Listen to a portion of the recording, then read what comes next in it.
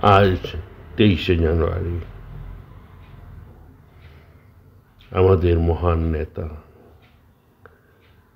স্বাধীনতা সংগ্রামের অগ্নিকন্যা নেতাজি সুভাষচন্দ্র বসুর জন্মদিবস। সুভাষচন্দ্র বসু, যিনি নেতাজি নামে সর্বাধিক পরিচিত, আমাদের দেশবাসীর কাছে এক অনুপ্রেরণার নাম। তার জীবনের প্রতিটি অধ্যায় স্বাধীনতা সংগ্রামের এক নূতন রূপ, এক নূতন উজ্জীবিনী শক্তি।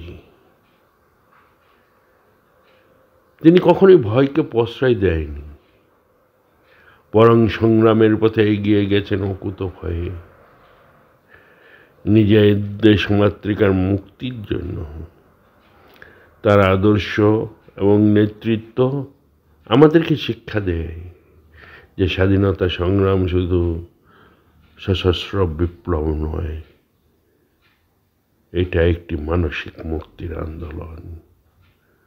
সুভাষচন্দ্র বসু ছিলেন সেই নেতা যিনি মনে করতেন যে শুধু বাঙালি নয়, সারা ভারতের প্রতিটি নাগরিককে একত্রিত করে স্বাধীনতা সংগ্রামকে সফল করতে হবে। তিনি তার বিখ্যাত উক্তি, তোমরা আমাকে রক্ত দাও, আমি তোমাদের যে স্বাধীনতা দিব,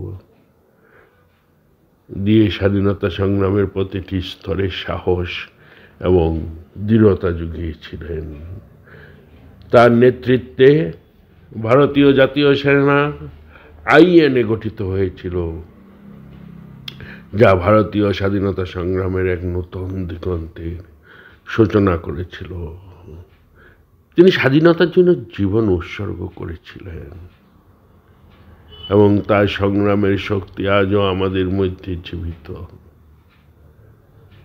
আজকের দিনে আমাদের উচিত সুভাষচন্দ্র বসুর আদর্শ অনুসরণ করে দেশপ্রেম এবং মানুষের সেবা করা, তার আত্মত্যাগ এবং সংগ্রামকে শ্রদ্ধা জানিয়ে আমাদের উচিত তার দেখানো পথে দেশ গড়ার লক্ষ্যে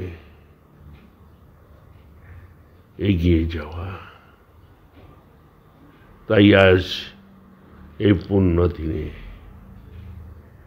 তার এই কথা স্মরণ করা উচিত। দেশের জন্য যে নিবেদিত প্রাণ, তিনি স্বামীজিকে খুব ভালোবাসতেন, স্বামীজির বই পড়তেন। যখন জেলে ছিলেন, স্বামীজির বই পড়ে তার মোর ফিরে গেছিল। স্বামীজিকে ভালোবাসতেন মন প্রাণ দিয়ে। এছাড়াও তিনি দেশকে কি সুন্দর ভালোবাসতেন। ছোটবেলায় শুনতাম যখন তার লাইফ হিস্ট্রি পড়ত, যে ওটেন সাহেব নামে এক আমাদের নিন্দা করেছিল, ভারতবাসীকে বানর ইত্যাদি বলেছিল।